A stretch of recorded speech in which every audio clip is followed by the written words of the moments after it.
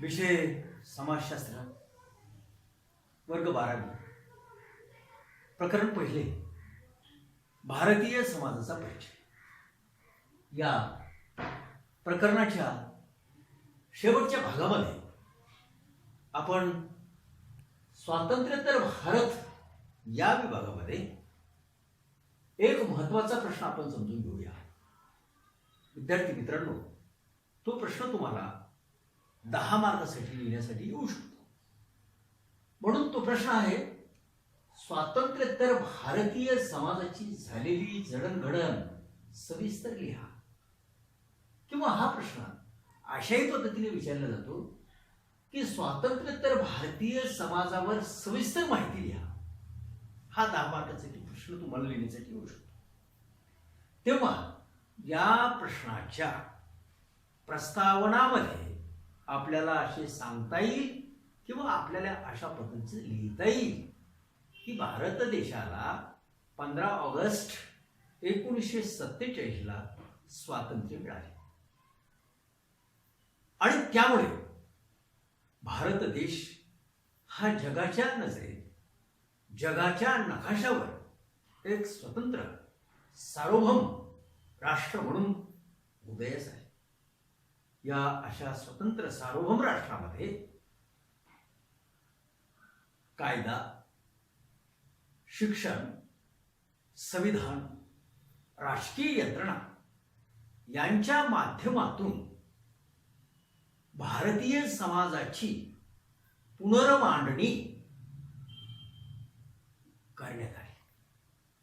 त्यामध्ये स्वातंत्र्य, समता, बंधुत्वता, सामाजिक न्याय, धर्मनिरपेक्षता अशा स्वरूपाची जागतिक मूल्ये, मानवतावादी मूल्ये भारतीय समाजामध्ये रुजविण्याला प्रारंभ झाला आणि अशा प्रकारे या जागतिक स्वरूपाच्या मूल्यांच्या आधारावर भारतीय समाजाची पायाभरणी केली।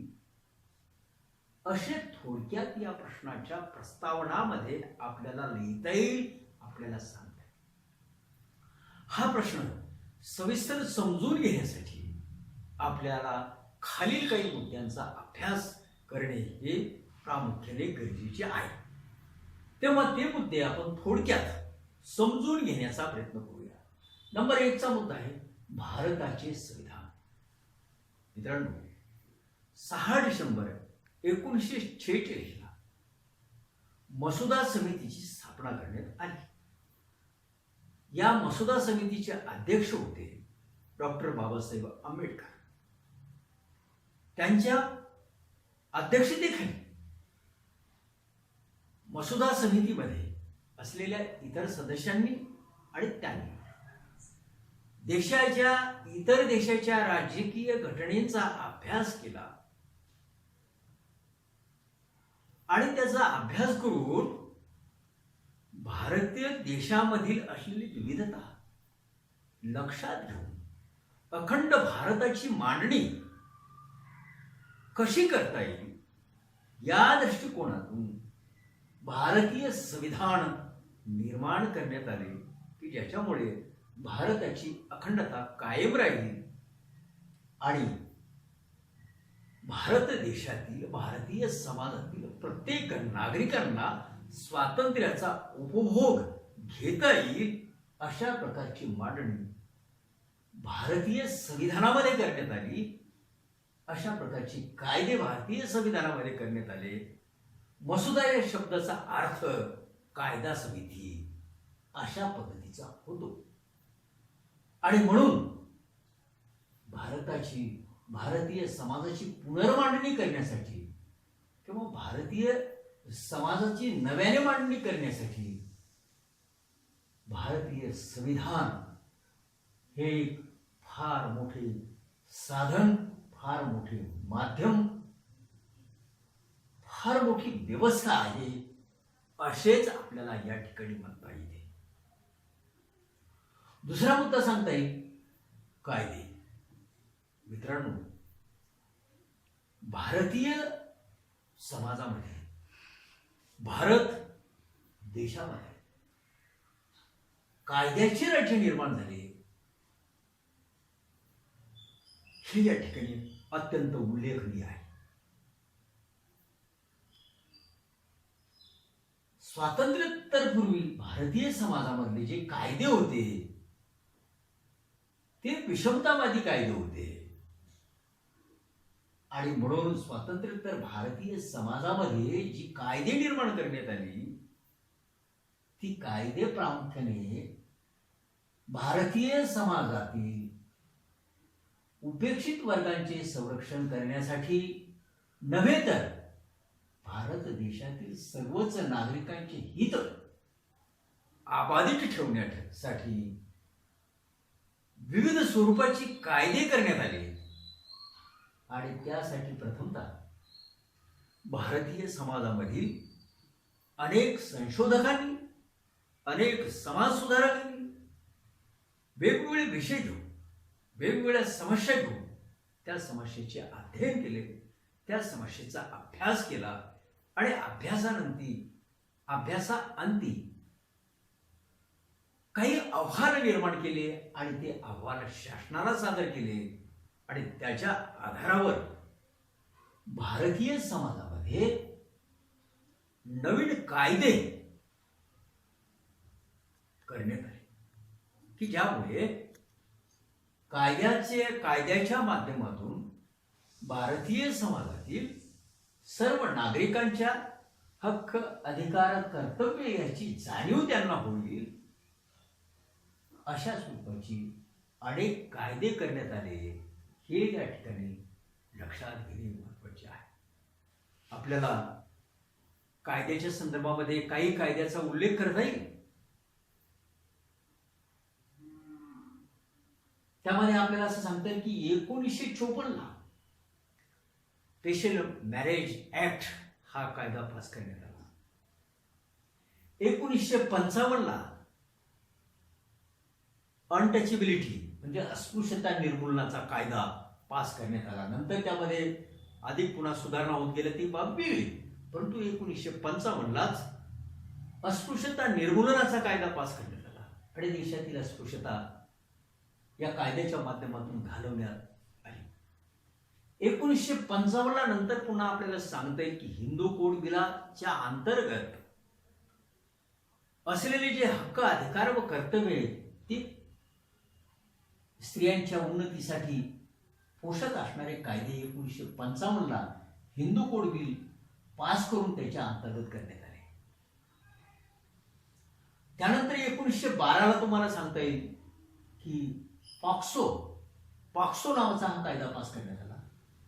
पॉक्सो कायदा काय आहे? हा पॉक्सो कायदा प्रामुख्याने लहान मुलांचे लैंगिक शोषणाच्या संदर्भातला हा कायदा आहे. 2019 जो कायदा पास करण्यात आला तो कायदा आहे ट्रान्सजेंडर पर्सन ऍक्ट, लिंग बदलण्याचा कायदा पास करण्यात आलेला आहे. 2005 मध्ये जो कायदा करण्यात आला तो कायदा म्हणजे कौटुंबिक हिंसाचार प्रतिबंधात्मक कायदा पास करण्यात आला आहे.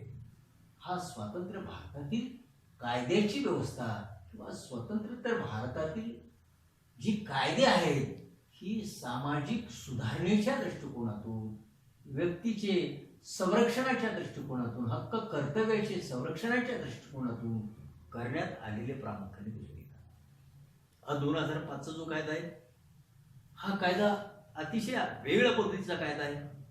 आपण आतापर्यंत असं ऐकलं की स्त्रियावर घराच्या बाहेर अन्याय होता, परंतु 2005 जो कौटुंबिक हिंसाचार प्रतिबंधात्मक कायदा आहे या कायद्यानुसार असे निर्देशित करण्यात आलेले आहे की स्त्रीला स्वतःच्या घरामध्ये जे घर आपल्याला सुरक्षित वाटते किंवा जे घर आपलं आहे अशाच घरामध्ये तिच्यावर अन्याय अत्याचार होतात.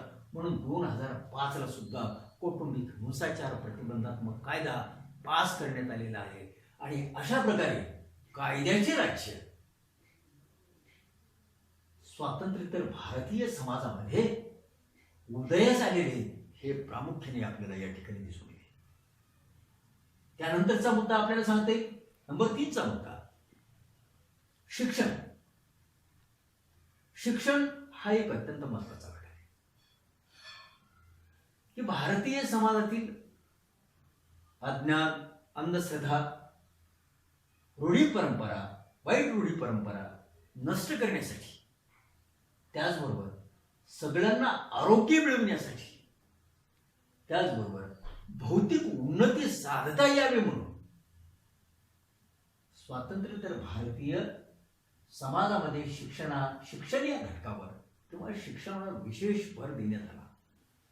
नव्हे तर भारतीय संविधानामध्ये वय वर्ष 14व्या गटातील मुला आणि मुलींना मोफत शिक्षणाची व्यवस्था दिली पाहिजे, मोफत शिक्षण दिलं पाहिजे, अशाही स्वरूपाची तरतूद करत. यावरून ही बाब स्पष्ट लक्षात येते की शिक्षण हा भारतीय समाजामध्ये विशेष महत्व देण्यात आलेला घटक आहे. कारण शिक्षणाअभावी विद्याविना मती गेली, मती विना गती गेली, गती विना वित्त गेले, वित्त विना सर्व अनर्थ झाले. अशा स्वरूपाचं शिक्षणाचं महत्व महात्मा फुलेंनी सुद्धा सांगितलं. आणि शिक्षणाशिवाय तरुणोपाय नाही, विकास नाही. आणि म्हणून स्वातंत्र्योत्तर भारतीय समाजाने शिक्षणावर विशेष भर दिला. यामध्ये प्रामुख्याने आपल्याला असं सांगता येईल, शिक्षणावर भर देण्यात आल्यामुळे अंगणवाड्या असतील, बालवाड्या असतील, शाळा असतील, महाविद्यालय असतील, विद्यापीठ असतील, यांची संख्या मोठ्या प्रमाणात प्रचंड वाढत गेली. त्याचबरोबर व्यावसायिक शिक्षण देणाऱ्या संस्था असतील, तंत्रज्ञानात्मक शिक्षण देणाऱ्या संस्था असतील, ज्यामध्ये प्रामुख्याने MIT असेल, IIM असेल, यासारख्या अनेक सामाजिक संस्था शिक्षण क्षेत्रामध्ये आपली विशेष अशी स्वरूपाची भूमिका घेऊन उभे राहिलेले दिसतात. परंतु अशा प्रकारे शिक्षणाचा प्रसार सर्वत्र ठिकाणी होताना दिसून येतो, हे खरं आहे. परंतु प्रामुख्याने स्वातंत्र्योत्तर भारतीय समाजामध्ये, त्यातल्या त्यात वर्तमान परिस्थितीमध्ये शिक्षणाचे मोठ्या प्रमाणामध्ये खाजगीकरण सुरू झाले आहे. आणि त्यामुळे शिक्षणाच्या सुधारण्याबरोबरच अनेक प्रश्नही शिक्षणामध्ये निर्माण झाले. हे सुद्धा या ठिकाणी या मुद्द्यामध्ये लक्षात घेणे तेवढेच गरजेचे आहे. शिक्षणाचे खाजगीकरण झाले, त्याच्यामुळे शिक्षण महाग झालं. आणि शिक्षण महाग झाल्यामुळे सर्वसामान्य व्यक्तीला शिक्षण घेणे कठीण झाले. आणि त्याचा परिणाम असा झाला की मोठ्या प्रमाणात बेरोजगार यांची संख्या सुद्धा मोठ्या प्रमाणात वाढत गेली.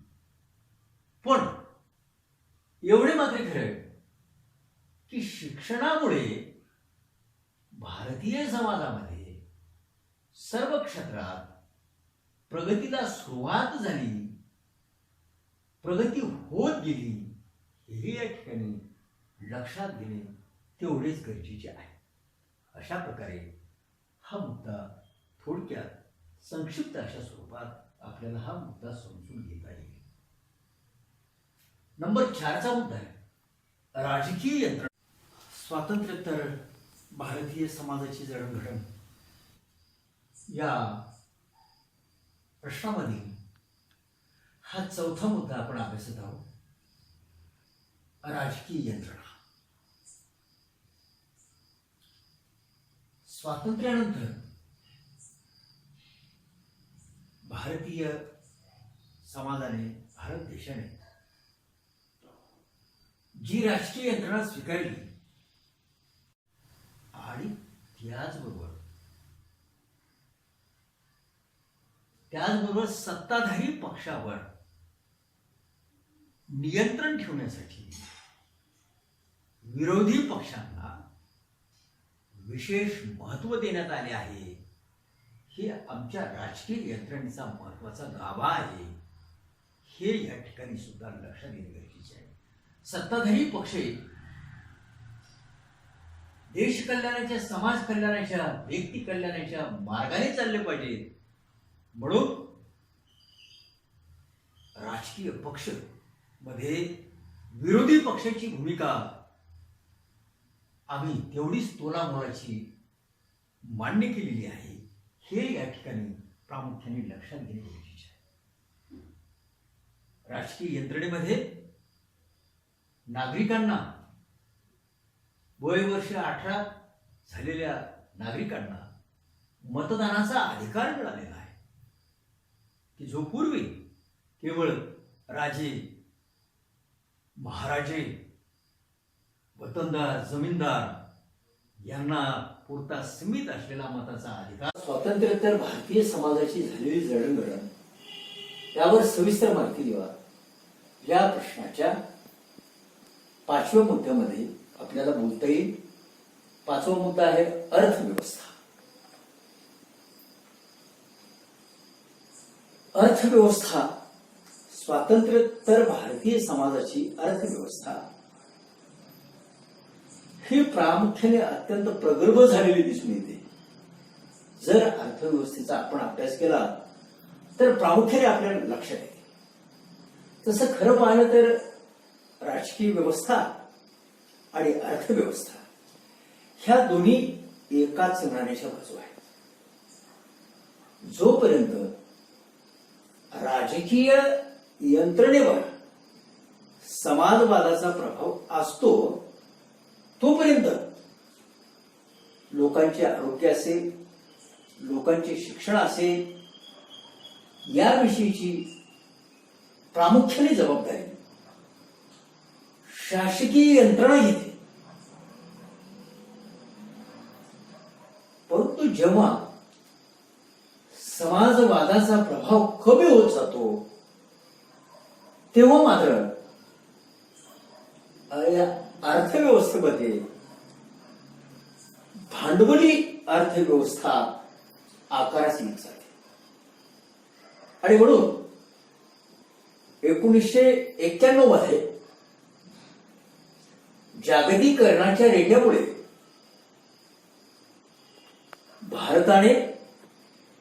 भारतीय समाजाने जागतिकीकरणाचे धोरण स्वीकारले. जागतिकीकरणामध्ये प्रामुख्याने खाजगीकरण, उदारीकरण आणि बोललो ते जागतिकीकरण अशा 3 घटकाचा अंतर्भाव होतो. आणि यामुळे भांडवली अर्थव्यवस्था प्रामुख्याने स्वातंत्र्योत्तर नंतर भारतीय समाजामध्ये आकाराला येताना खऱ्या अर्थाने आपल्याला दिसत आहे. अर्थव्यवस्था प्रगल्भ होत चालली ही गोष्ट खरी आहे, परंतु भांडवलदारी अर्थव्यवस्था ही प्रामुख्याने निर्माण होत चाललेली आहे. आणि या भांडवलदारी अर्थव्यवस्थेचे मुख्य वैशिष्ट्य असते तो म्हणजे केवळ नफा आणि नफा मिळवणेच असते. हे आपण लक्षात घेतलं पाहिजे. या अर्थव्यवस्थेमध्ये स्वातंत्र्यानंतरच्या भारतीय अर्थव्यवस्थेमध्ये आपल्याला सांगता येईल की जागतिकीकरण, खाजगीकरण आणि उदारीकरण या तिन्ही घटकाचा खूप मोठा प्रभाव भारतीय अर्थव्यवस्थेवर पडलेला आहे. आणि त्यामुळे व्यापार, व्यवसाय याला कुठल्याही सीमेचे बंधन राहिले नाही. आयात निर्यातीवरील असलेले जी काही बंधने आहेत ती बंधने उठवण्यात आलेली आहेत. आणि त्यामुळे देश परदेशाच्या बाहेर व्यापार करणे, व्यवसाय करणे हे स्वातंत्र्याच्या नंतर भारतीय अर्थव्यवस्थेला शक्य झालेले आहे. आणि म्हटलं की अर्थव्यवस्था ही आपली अधिकाधिक प्रगल्भ होत चाललेली आहे. अर्थव्यवस्था ही प्रगल्भ होत गेलेली आहे. अर्थव्यवस्था ही डिजिटल होत गेलेली आहे. अर्थव्यवस्था ही पारदर्शक पडत चाललेली आहे आणि अर्थव्यवस्था ही भारतीय अर्थव्यवस्था ही जगाच्या अर्थव्यवस्थेचा एक महत्वाचा भाग, एक महत्वाचं अविभाज्य अंग बनलेली आहे. हे स्वातंत्र्याच्या नंतर भारतीय समाजातील अर्थव्यवस्थेचा अभ्यास केला असता आपल्याला प्रामुख्याने दिसून येते. 2014चा जर विचार केला, 2014 मध्ये प्रामुख्याने चलनबंदी करण्यात आली. 2014 मध्ये चलनबंदी करण्यात आली. 2014 मध्ये जीएसटी, वस्तू आणि सेवा कर या कायद्याद्वारे प्रामुख्याने विविध जनकल्याणाच्या योजनांवर भर देण्यात आला. समान कर प्रणाली निर्माण करण्यात आली.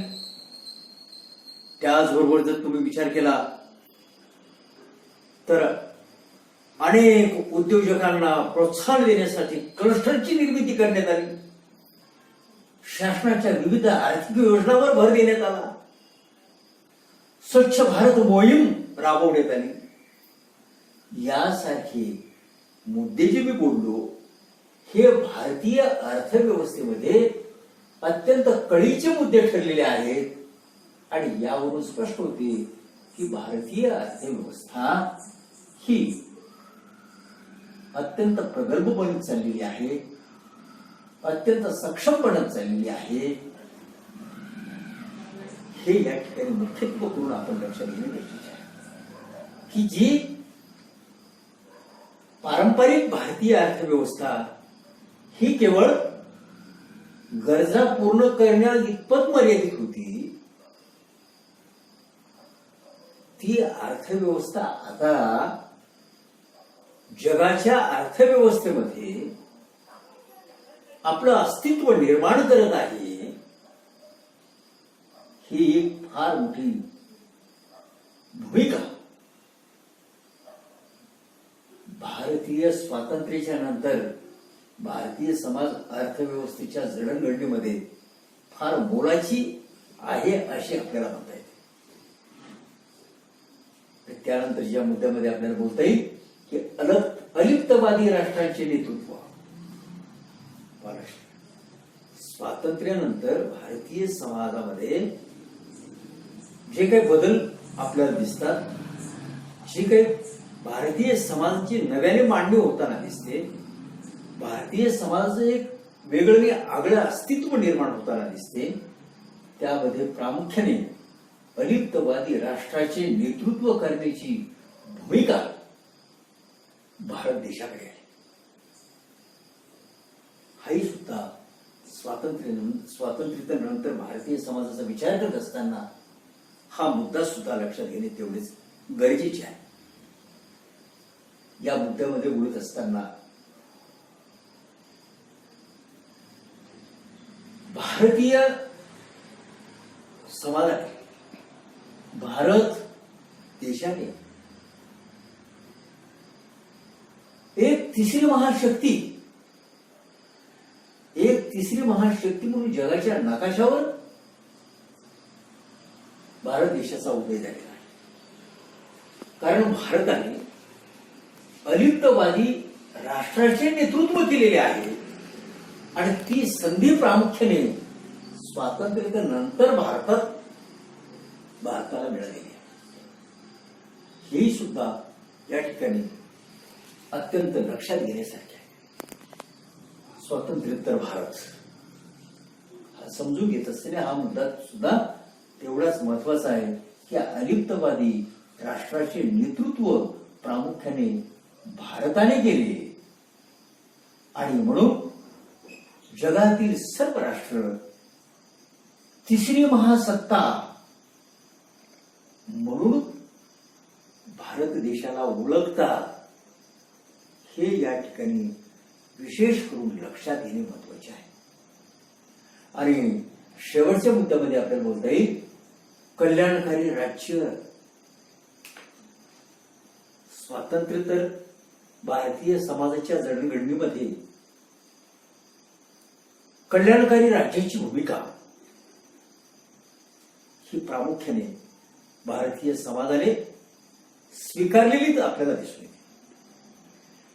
या कल्याणकारी राज्याच्या भूमिकेमध्ये प्रामुख्याने समाजातील जे उपेक्षित घटक आहेत, जे दुर्बल घटक आहेत, जे वंचित घटक आहेत, की त्यामध्ये प्रामुख्याने अनुसूचित जाती असतील, अनुसूचित जमाती असतील, समाजातील अपंग व्यक्ती असतील, निराधार स्त्रिया असतील, वयोवृद्ध व्यक्ती असतील, असे जे वंचित घटक आहेत की ज्यांच्या जीवनामध्ये नवचैतन्य निर्माण करण्याची गरज आहे, त्यांच्या आशा आकांक्षा फुलवण्याची गरज आहे, अशा समाजातील उपेक्षित घटकासाठी शासनाने विविध स्वरूपाच्या उपाययोजना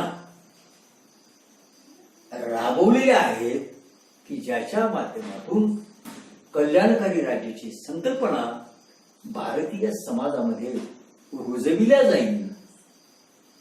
अशा प्रकारे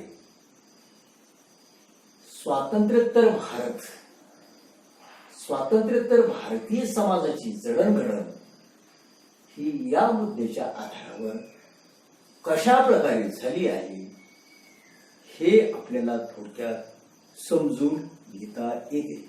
विद्यार्थी मित्रांनो, या स्वातंत्र्योत्तर भारतामध्ये किंवा स्वातंत्र्योत्तर भारतीय समाजाची जडणघडण कशी झाली या भागामध्ये जे वस्तुनिष्ठ प्रश्न आहेत, जी काही मी सांगितलेल्या या कायद्याव्यतिरिक्त अधिक जी कायदे आहेत हे समजून घेण्यासाठी या विभागातील जी काही मुद्दे आहेत त्याचा अभ्यास करणे, त्या विभागाचा अभ्यास करणे तेवढेच कर्मप्राप्त आहे.